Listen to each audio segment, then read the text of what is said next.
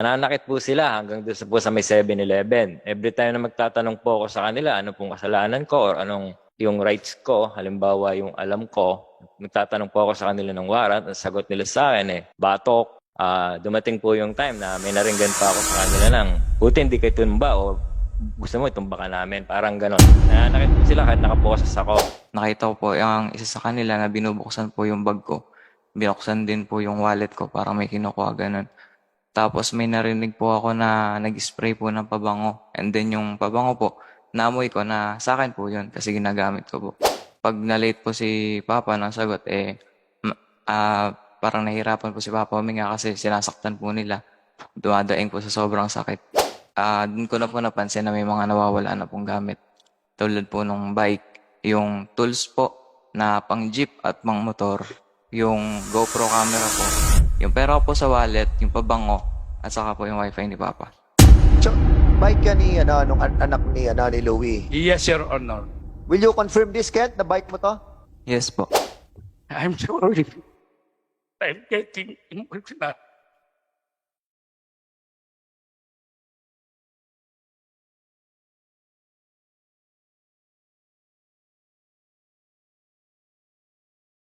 May hood po yung jacket niya, kaya itinalokbong po sa kanya. At pagka nga daw po hindi nagugustuhan ng pulis yung sinasabi niya, hinahatak yung tali para siya ay masakal. At doon po in-interrogate si Louie, nakalanas ng pambubugbog, at doon siya hinold. Until such time na nag-decide sila na magkanda kuno ng, alleged bypass operation. 1 to 2 p.m., hawak nyo na yung tao. So, will you confirm or deny this? I deny this, Your Honor. So, again, you're under oath, Tamaray. So, pinasisinungalingan mo yung sinasabi nila in spite of the fact that meron tayong CCTV na pinakikita. Yes, Your Honor. And this was confirmed by Colonel Legend na pinakita at in-identify yung mga tao. Ayun, good morning po, Mr. Chair, sa lahat po. Ayun, Pakilakas mo lang yung boses mo, Apo, meron pong lot outlet yung kapatid ko na ako po yung nagmamanage sa kanya. Tapos, daily po nagde-deposit kami from kadalasan po 2 to 3 p.m. bago po break yung, bago mag-closing time po yung land bank. May 18 po noon nung papunta po ako ng lot outlet para kunin yung pera. Magde-deposito po namin sa land bank. Then, bigla na lang pong may humarang sa akin na, actually hindi po hinarang. Galing po siya sa likod, pinigil niya ako. Sabi niya sa akin, huwag ka tatakbo, may baril po siya. Yung baril niya, parang nakakmang aim na ibabaril niya sa akin, parang ganon. Huwag kang tatakbo. Di, ang akala ko nung una, hold up. Tapos, tinabi ko lang po. Nakipag-cooperate po ako sa kanila. At wala naman pong nagpapakilala ng pulis noon. Then, bigla na lang po silang dumami. Hindi ko po alam kung saan sila nagagaling. Bigla po silang dumami na bigla na lang po may nagposa sa akin. Kinuha yung bag ko. Yung bag ko po, wala naman po, alaman po noon. Waste, lang. Cellphone, wifi. Then, 300 pesos na panggas sa motor ko po. Medyo mabigat po yung approach nila sa akin. Parang hardened criminal yung dating mo na mabigat yung kamay nila, ganon. Nananakit sila. Yun po, yung andun na po sa pinara nila ako, ganon. Tatanong nila sa akin kung nasan yung pera. Yun po yung unang tanong nila sa akin. Tapos, wala naman po ako may pakitang pera kasi hindi pa po ako nakakarating sa outlet para kunin yung pera. And tinatanong po nila sa akin, saan yung basura? Saan yung basura mo? Sabi ko, wala po akong basura, wala po akong pera. Ayun po, pinasasana nila ako, dinala po nila ako sa tapat ng 7-Eleven. Nananakit po sila hanggang doon po sa may 7-Eleven. Every time na magtatanong po ako sa kanila, ano pong kasalanan ko or yung rights ko, halimbawa yung alam ko, nagtatanong po ako sa kanila ng warrant, ang sagot nila sa akin batok. Dumating po yung time na may naringgan pa ako sa kanila parang ito po yata yung nagtanong ako ng warrant na parang may naumimik po sa kanila na, buti hindi kayo tumba o gusto mo itumba ka namin. Parang ganon. Tapos, nung nasa may 7-Eleven na po kami, inipit po ako ng dalawang nagpakilalang pulis na sa motor. Ipit po nila ako sa motor. Umalis po kami doon sa may 7-Eleven. Hindi ko po alam kung saan kami pupunta. Pero pabalik po pala sa bahay namin. Ayun, doon na po pumasok yung pagbalik namin sa bahay namin. Pinasok po nila yung bahay. Nag-search po sila. Doon, may nananakit sa amin. Ganon. Andun din po yung anak ko nung time na yon. Sabi ko lang doon sa anak ko, pasok sa loob. Huwag ka nalang makikialam. Parang ganon. Tapos, ayun, sinearch po nila yung bahay. Wala naman po sila nakuha. May naringgan po kaming boses na sinasabi lang po nila, pull out pasita, wala, hindi yata yan, parang ganon. Ayun po, dinala na po nila ako sa Pasita Station, dinala na po nila ako doon. Tapos doon na po ako nagstay. Medyo matagal-tagal din po yung stay ko doon. Doon po pumasok yung pananakit nila. Nananakit po sila kahit nakaposas ako. May mga ebidensya naman po ako na kahit po sa jail, nakikita yung pasa sa mga hita ko, ganon. Nung time na yun, wala po akong, parang pakiramdam ko, wala akong rights para tumingin sa mukha nila. Yun lang po, Your Honor. 1:50 po na mga hapon, bandang 1:50, humigit kumulang po. May narinig po ako nagbubukas ng gate. And then, lagi ko pong ginagawa is lumalabas po ako ng kwarto, baka po may nakalimutan si Papa, ganun, para i-assist ko po siya. Ang tumambad na lang po sa akin mga lalaki, naka-civilian po, may mga hawak po silang baril. At si Papa po, hawak po nila, nakaposas na po si Papa. And after po nun, nagpakilala po sila mga pulis. Sabi daw po, nagbebenta daw po si Papa ng droga, ganun. Tapos, kinuha po nila yung cellphone ko, pinatay po, saka po yung laptop. Kinaladkad po ako paharap sa dingding. Sabi daw po, wag daw po ako lalabas wag daw po ako titingin palabas or papunta po sa kanila. And habang nakaharap po ako sa dingding is sumili po ako pakaliwa na silip lang po. Nakita ko po yung isa sa kanila na binubuksan po yung bag ko. Binuksan din po yung wallet ko para may kinukuha ganun. Tapos may narinig po ako na nag-spray po ng pabango. And then yung pabango po, naamoy ko na sa akin po yun kasi ginagamit ko po. At the same time naman po sa kabilang kwarto kasi yung pader po nun ay kahoy lang.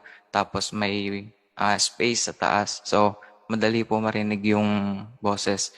So may nagtanong po kay Papa na nasan daw po ang pera at shabu. So pag na-late po si Papa ng sagot parang nahihirapan po si Papa huminga kasi sinasaktan po nila.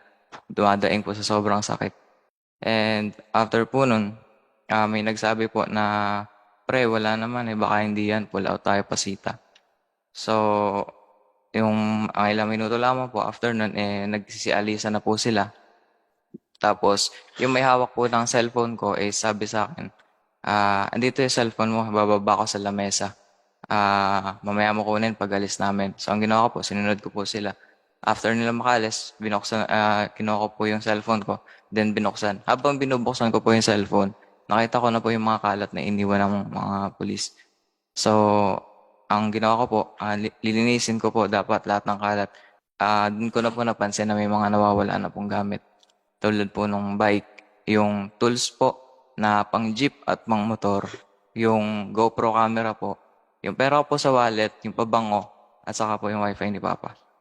Pagkatapos ng mga palitan namin ng mga text messages ng aking pamangkin, ay nakipag-communicate naman po ako sa aking mga kapatid at kaibigan dahil hindi ko alam kung talagang mga pulis at kung anong departamento ang mga humuli sa aking kapatid na si Louie.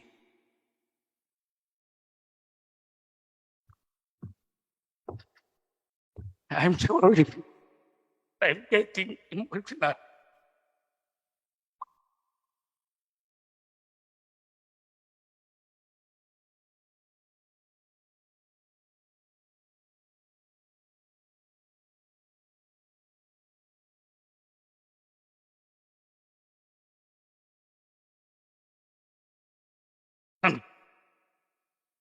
Mga ilang saglit pa, nakatanggap ako ng tawag mula sa aking kapatid na si Aida. At aming pinag-usapan, nangyari kay Louie. Pinakiusapan ko siya na kausapin ng kanyang asawa, si Attorney Oliver Leonardo, na baka pwedeng tawagan si Attorney Henry Salazar, which is City Administrator ng City of San Pedro. Una kong ginawa sa paghahanap ng katotohanan ay nagpunta ako sa barangay hall ng Cuyab, kung saan nakatira ang aking kapatid na si Louie, dahil nakita ko na mayroon CCTV ng barangay na nakabit doon sa labasan ng bahay ni na Louie. Nakausap ko ang barangay chairman na si Chairman Mario Pastillo. At naikwento niya sa akin na siya daw ang nag-witness nung mahuli ang aking kapatid.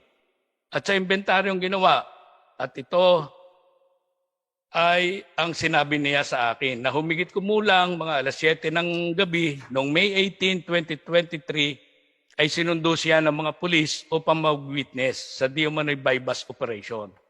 Ang inventaryo ay ginawa doon sa madilim na lugar sa may dulo ng Putol o Quezon Street sa may Elbinda 7 na hindi masyadong mataong lugar at lagi daw may iniimbentaryo doon ng mga pulis nung ako ay magtanong-tanong doon sa vicinity. Nagsabi ako kay Kapitan Pastillo na kukuha ko ng kopya ng CCTV na nakalagay doon na may labasan ng lugar kung saan nakatira si Louie at sa Puro 4 at doon sa boundary ng Cuyab at San Antonio sa Calle Putol. Nung reviewin ko po ang CCTV ay ito po ang laman. Ito po ang aking mga nakita. So yan po yung labasan doon po sa sulok sa kanan, yun po ang labasan galing kina Louie. So yan po yung isang pulis na tingin ko ay nagtitik-tik kay Louie. Pero hindi po siya makilala dahil balot po siya eh.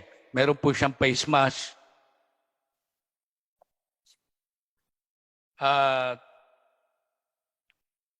Hindi ko makita yun. May oras po yung CCTV natin doon sa upper side, right side. 1:30 mga ganun po. 1:31. Yeah. Yan po si Louie, palabas. Tumutugma po yung time niya doon sa palitan ng text ni Kent at saka nung isang brother ko na parang aking pinaka-operation manager. Will you confirm this, Louie? Ikaw to? Yes po, Your Honor. Yan po yung paglabas din nung pumasok kanina. Medyo malaki po ang role ng tao na yan. Yan po yung bida dyan.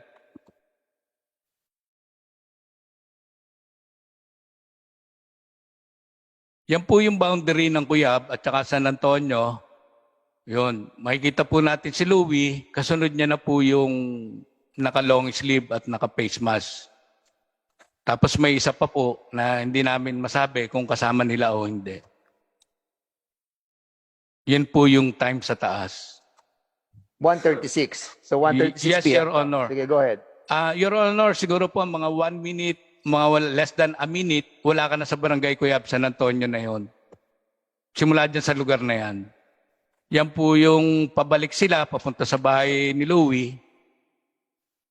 Yung nauna po is si Gekulia na team leader daw at saka po yung, angkas niya po yung nagnakaw ng bike. Ayan po si Louie, napapagitnaan na po ng 2 pulis. May hood po yung jacket niya, kaya itinalokbong po sa kanya. At pagka nga daw po hindi nagugustuhan ng pulis yung sinasabi niya, hinahatak yung tali para siya ay masakal. Yan po yung Karandang at saka yung Lorenzana. Yan po ay hindi ko matukoy kung si Tamaray o si Marlene. Dahil mismo mga pulis San Pedro, hindi siya matukoy. Yan po yung sa labas ng bahay ni Louie.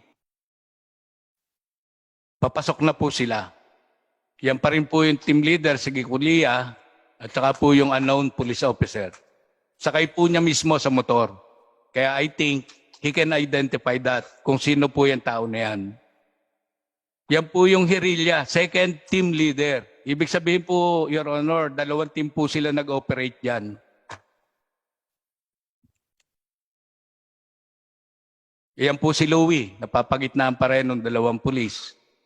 Ni Rotarla at saka ni Abuenga. Yan po yung hindi ko matukoy kung si Tamaray o Marlene. Yan po si Karandang at Lorenzana. At yan po yung TEDRA. Siguro po, Your Honor, more or less, mga 10 minutes sila tumagal sa bahay ni Louie. Mga more or less. Tapos, alis po kagad sila. Alis na rin po. Ayan po yung angkas ni Sergeant Gecolia nung papasok sila. Sakay na po siya sa bike ni Kent. So, bike yan ni, nung anak ni, ni Louie. Yes, Your Honor. Will you confirm this, Kent, na bike mo to? Yes po. May prueba ka ba na sa'yo yan? Opo, may picture po ako dito. Sige, mamaya.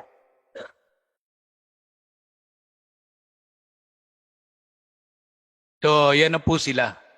Sunod-sunod na po sila. Kaya lang, nag-rumble po eh. Nagpalitan po sila ng mga motor. Pero sila pa rin po. Makikita po natin yung oras doon sa ano.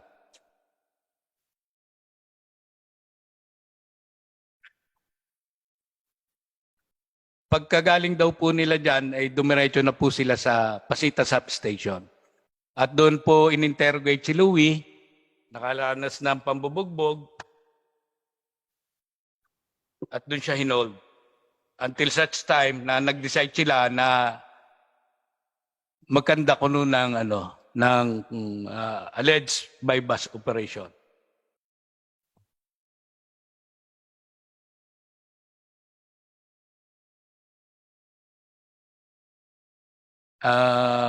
Medyo nalulungkot po ako, Your Honor, kasi hindi po naging successful yung aking pag-request ng CCTV sa 7-Eleven. Pero doon po sana, kasi the manager of 7-Eleven told me na kitang-kita daw po yung nila kay Louie doon. Actually, wala namang bypass, kundi dala na nila si Louie na dumating. You were telling us that merong CCTV doon sa 7-Eleven. Yes, Your Honor. And as a matter of fact, this committee asked formally sa 7-Eleven for them to be here para at least malaman po natin yung veracity ng kanilang sinasabi nyo dito sa inyong sinabit, no? Tapos si Mr. Tony Kilaw will be asking yung team members, no? I'll be starting the line of questioning, then after our members can ask as well. So yung kasi nandito sa sinumpaang salaysay nyo nung binapasa ko ngayon, 780 nyo nahuli. Doon kayo doon yung sila na-apprehend. But according to the salaysay ng mga kilaw ay alas 4 pa lamang apprehended na. So can you kindly answer Patrolman Jaymar Tamaray, kayo may mga sinumpaan dito si Guerrilla sa Lorenzana. Asan si Tamaray muna? Yes, Tamaray. So can you kindly confirm the veracity of your report in spite of the fact that we have the CCTV? Good I morning. would like to remind each and every one of us in here, please, reminder na to sa lahat. Please observe honesty, no, and truthfulness of your statements, no. We don't want to, again, a reminder, ayaw namin gumawa ng mga bagay na hindi nyo magugustuhan. So, be truthful lang po, no? Sige, go ahead, Patrolman Tamaray. Good morning po, Your Honor. Your Honor, yung naganap pong bypass, Your Honor, is nung 3:45 PM ng May 18, 2023, may isang impormante po nagsabi sa akin na may nagaganap daw pong bentahan ng illegal na droga sa Putol, Quezon Street, Barangay Cuyab, San Pedro City, Laguna. At yun po ay aking pinaalam sa aking team leader na si Police Staff Sergeant Andy Hirilla. 5 yun, no? Yes, Your Sinasabi Honor. mo. And then after, dito sa affidavit nyo, 4:22 ng hapon, ay nakipag-coordinate na kayo sa PIDEA. And then after that, 7:03, nagkasama-sama na kayo doon sa area, pumunta na kayo sa Cuyab. I know this place because I've been a congressman for 9 years sa Cuyab. At alam ko yung pasikot-sikot sa Putol sa San Antonio. At 7:03, from the station, saan kayo nanggaling dito? Sa police station sa Plaza or sa Pasita? Sa main station po. Dito na sa Plaza. Opo. Okay, so from there, dumiretso kayo ng Cuyab, 703. Jump off po na, yung 703 po is jump off po namin yon. Correct. Yun po yung paglabas po namin sa main station po namin, papunta sa area kung saan magaganap po yung bypass. Okay, so according dito, 718 nyo na-apprehend yung si Kilaw. Is this true? Yes, Your Honor. So 718. So 15 minutes from the area, pumunta kayo doon, 718 nahuli nyo na. Yes, Your Honor. And according to sa accused, saka yun sa kapatid, saka sa anak, ay alas 4 pa lang ay nasa inyo na yung tao. Sige, go ahead, Mr. Tony Kilaw. Sir, more or less po is mga 1:40 in the afternoon. Okay, so mga 1 p.m., mga gano, 1 to 2 p.m., hawak nyo na yung tao. So, will you confirm or deny this? I deny this, Your Honor. So, again, you're under oath, Tamaray. So, pinasisinungalingan mo yung sinasabi nila in spite of the fact that meron tayong CCTV na pinakikita. Yes, Your Honor. And this was confirmed by Colonel Legend na pinakita at in-identify yung mga tao. In-identify kayo. Colonel Legend. Sir, I would deny, sir. I didn't identify the person, sir. It's the statement of Sir Tony Kilaw, sir, that one of my aide, and I don't remember, sir, kung sino yung sinasabi ni Sir Tony Kilaw, sir. But then on my part, sir, I didn't mention names of So yung aide mo po because, ang nag-identify. I would deny, sir, na nagsabi yung aide. And who's the aide